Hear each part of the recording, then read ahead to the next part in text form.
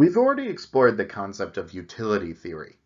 Utility is the ability of something to satisfy our needs and wants, and we use utility functions to represent people's preferences. Those utility functions are a mathematical expression of what is going on in people's heads when they compare and rank the different options available to them. It may sound far-fetched, but we mentioned in Chapter 1 that there's a growing body of evidence from the field of neuroeconomics that this is pretty close to what our brains are actually doing when making decisions. The purpose of our utility function is to rank the possibilities we face. If these three bundles are our only options, the utility function tells us which ones we like best, and therefore which ones we will choose. Remember, one of our principles in economics is optimization, a belief that people will try and achieve outcomes ranked highly in their preferences.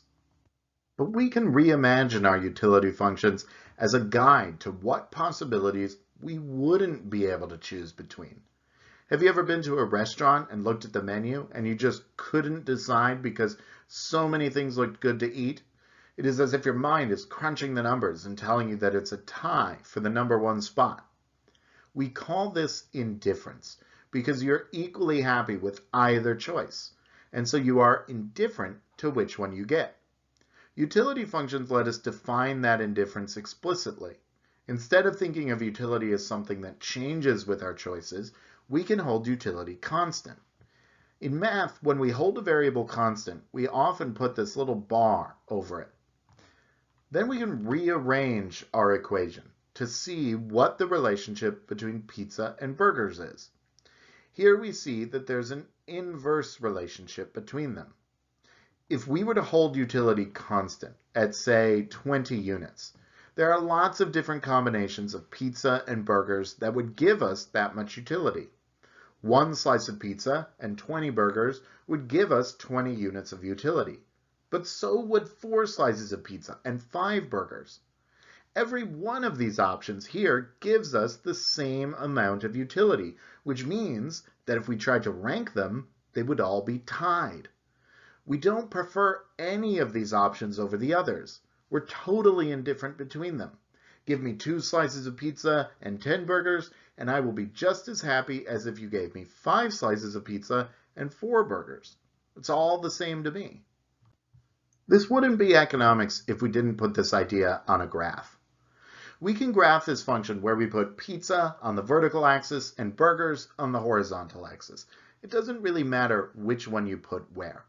When we graph the function, it would look like this, and it reflects the trade-off between pizza and burgers in our preferences. As we get less pizza, we need more and more burgers to make up for it and keep us at the same level of utility. Remember, every point on this curve has the exact same result for utility. So what would happen if we increased our utility? As utility rises, our curve has to shift outwards, away from the origin of the graph. The further out we go, the more utility we are getting. So shifts in this direction represent increases in utility. But remember, for each curve individually, every point represents some combination of pizza and burgers that we are indifferent between. But we would certainly prefer any combination on this line over any combination on this one. So this point over here would be preferred to this point over here, or even this point over here, because those points are on a lower indifference curve. Note that our indifference curves never cross, because that would violate our assumptions about people's preferences. Different kinds of preferences yield different indifference curves. Instead of pizza and burgers, I'm just going to have any two goods, X1 and X2. So this could still be pizza and burgers, or it could be train tickets and airplane tickets, or iPhones and Samsungs, or Pepsis and Coca-Colas, or jackets and sweaters. It could be anything we want. But I've also changed our utility function so that instead of multiplying our two goods, we are going to add them together. If we were to graph this utility function as an indifference curve, we would get a straight line. It looks a little like a budget constraint, but instead, this is representing our preferences instead of our budget. Indifference curves like this represent substitutes, which are goods we choose between, like the ones we just listed. Train tickets versus airplane tickets, iPhones versus Samsungs, Pepsi versus Coca-Cola, jackets versus sweaters. Those are things we tend to choose one or the other, not both. And so those are substitutes. Alternatively, we could have a weird utility function like this one, where we're taking the minimum of x1 and x2. Think of something like left and right shoes. If we have 5 pairs of shoes, we would have 5 left shoes and 5 right ones. If we plug those values into this utility function, it would say that we have 5 units of utility, because that is the minimum number between 5 and 5. But what if we found a 6th left shoe with no matching right shoe? We got more stuff, but our utility wouldn't increase. The minimum value between 5 right shoes and 6 left shoes is still 5. We need that 6th right shoe to actually boost our utility up one. If we graph this as an indifference curve, we would get this L-shaped curve. If this point is 5 for x1 and 5 for x2, then we could see that increasing one variable without increasing the other doesn't change our utility. We're indifferent between all of these options. This is the most extreme example of what we call complements, or goods that we consume together. Left and right shoes are an example of perfect complements, things we want exactly the same number of. But there are plenty of things we tend to consume together, like peanut butter and jelly, milk and cereal, socks and shoes, and more. Those two indifference curves show the extreme ends of a spectrum of possibilities which lie in between. The sharper the bend in the indifference curve, the more the relationship between those goods leans towards complements. The lesser the bend, the more the relationship looks like substitutes. We don't really ever want a left shoe but not a right one, and so those would be perfect complements. But we might want peanut butter without jelly, even though lots of times we want them together. Those are just regular complements. We tend to want them together, but not always. And then there's Pepsi and Coke. Most of the time we choose between those options, but sometimes, perhaps if we're throwing a party, we might want both of them at the same time. But when you're looking for pain relief, Tylenol and generic brand acetaminophen are pretty much perfectly interchangeable. They are perfect substitutes. Indifference curves are great because they already let us theorize about our consumption patterns and preferences, but their real power comes from helping us solve the buyer's problem. Consumers, you and I and everyone else, are all trying to optimize. We want to try to choose the best feasible option given all the available information. And now we have some tools to help us model that decision-making process. Indifference curves can help us find the best option, and budget constraints help us limit it to only the feasible ones. When we put this in the language of our economic model of consumer behavior, what we assume people do when optimizing is that they try to maximize their utility subject to their budget constraint. They want the most utility they can afford. Let's see what this looks like mathematically. We will have some utility function, and for now we don't need to define it. We can just leave it as a function. And we want to choose values for x1 and x2, the goods or services we want to consume. That gives us the highest value for utility, but which are also affordable when considering our income, Y, and the prices of X1 and X2. It could be a lot to look at this mathematically, and I think it is more intuitive on the graph. Our graph places X1 and X2 on each axis. First, we will plot the budget constraint. We saw previously that this is a straight line that connects the most X2 we can afford to the most X1 we can afford.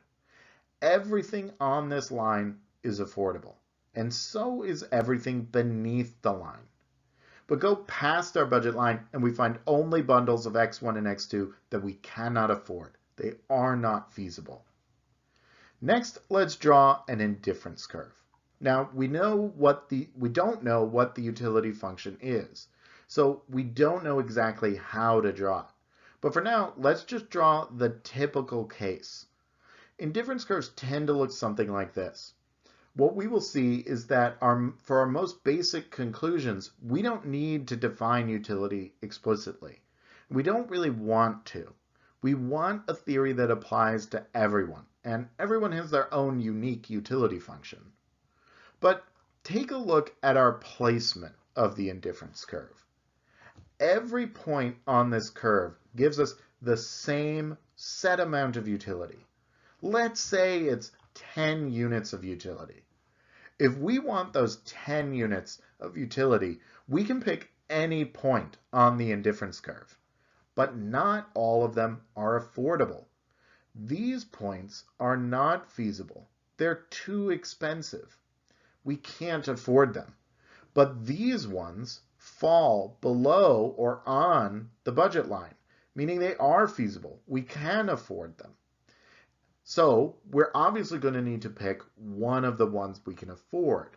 But is it possible for us to do better? Can we afford a bundle that gives us more than 10 units of utility? For sure.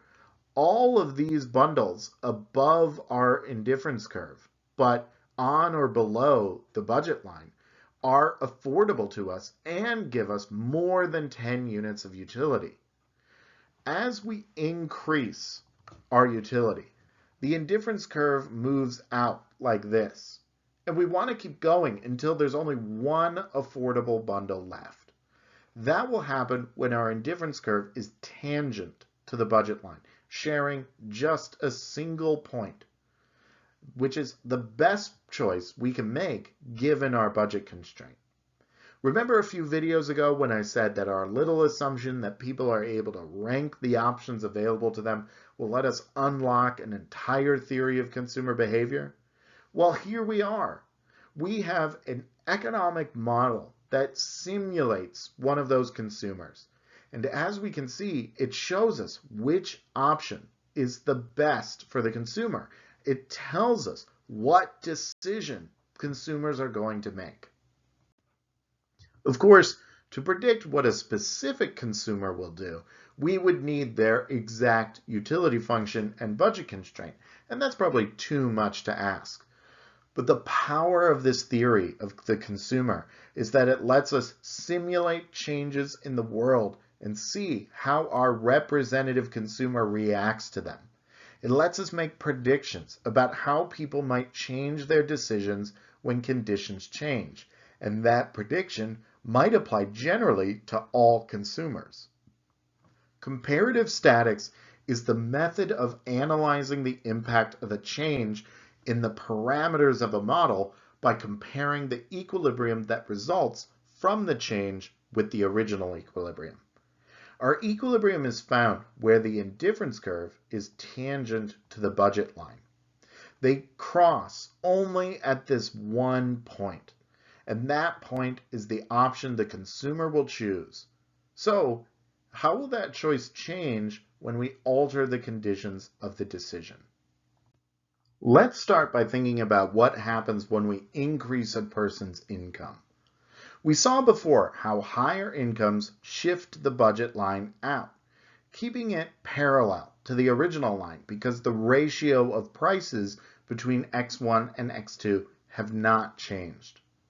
Well, now there are feasible options which would increase our utility.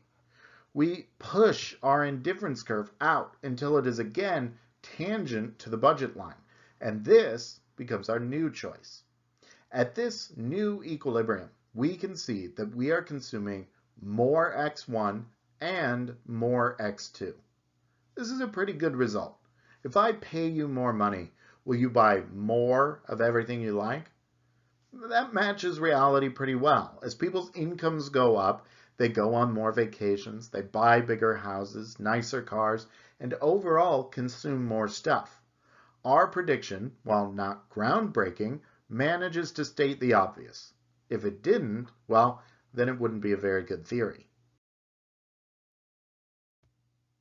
Okay, what if instead we increase the price of X1, meaning it will be more expensive than before? We saw previously how this rotates our budget line inwards, changing the slope of the budget line because the ratio of prices has changed. Unfortunately, with this new constraint, our old choice is no longer feasible. We can't afford it anymore because X1 got more expensive. We need to move our indifference curve down until it touches a point on the new budget line. In this case, we get a pretty interesting result. We end up with less X1, and we are not happy about it. Our utility is lower. But what happens to X2 depends on whether or not X1 and X2 are complements or substitutes. If we usually choose between the two goods, like Pepsi and Coke, then a higher price on X1 will probably mean we buy more X2 than before, because we will substitute X2 for X1. Alternatively, if we like to have X1 and X2 together, like milk and cereal, then a higher price on one of them means a higher price on the combination of both of them together. We'll buy less X2. On our graph, these two goods appear to be unrelated. They are neither complements or substitutes, and our change in X1 didn't have any impact on X2. What if we decrease the price of X1 instead? In this case, the budget line rotates outward to reflect the lower price for X1. Now we can increase our utility, shifting the indifference curve out to a new point where we buy more of X1 than before. But here too, what happens to X2 depends on whether or not the two goods are complements or substitutes. Cheaper X1 is bad news for X2 if it is a substitute, but good news for X2 if it is a complement. This model of consumer behavior is pretty powerful, and already it has allowed us to make important predictions about consumer behavior that will lay the foundation of market demand. But it also contains some great advice for how to live your life, which we'll see next.